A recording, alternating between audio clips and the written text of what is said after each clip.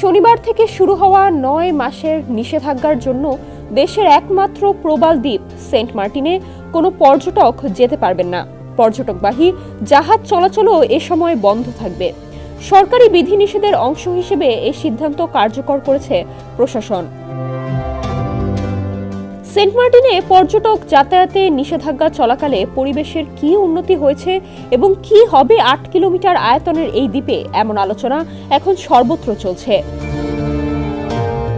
সম্প্রতি পরিবেশবাদীদের একটি দল সেন্ট মার্টিন দ্বীপ ঘুরে এসে জানিয়েছেন, পর্যটক সীমিতকরণের কারণে দ্বীপে যত্রতত্র ওয়ান টাইম প্লাস্টিকের ব্যবহার, নানাভাবে পরিবেশ দূষণ এবং নির্বিচারে প্রবাল কোরাল পাথর উত্তোলন কমে এসেছে।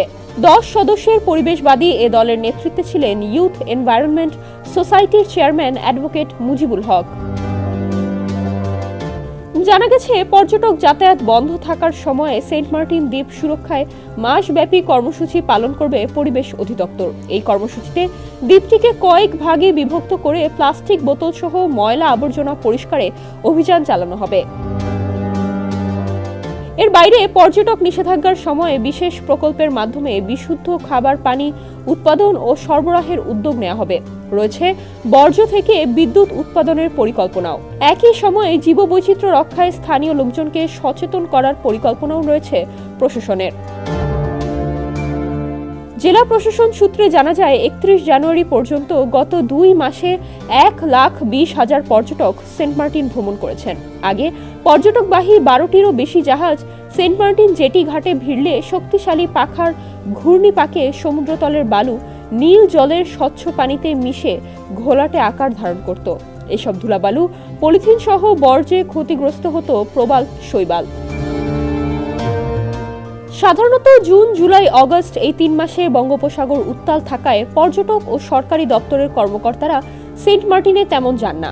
এ সময়টাতে প্রভাবশালীরা দ্বীপের ভ্রমণ নিষিদ্ধ এলাকায় রিসোর্ট সহ নানা অবৈধ স্থাপনা তৈরি করে আসছেন। এসব স্থাপনায় ব্যবহৃত করেছেন সৈকত থেকে তুলে আনা পাথর।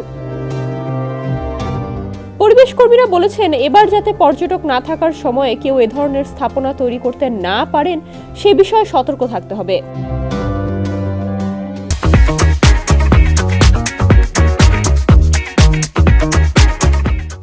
জীববৈচিত্র্য রক্ষায় পরিবেশ অধিদপ্তর 1999 সালে সেন্ট মার্টিনকে পরিবেশগত সংকটাপন্ন এলাকা ঘোষণা করে।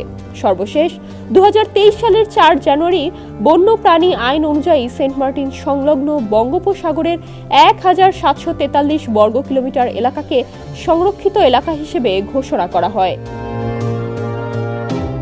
ডেস্ক রিপোর্ট, সমকাল।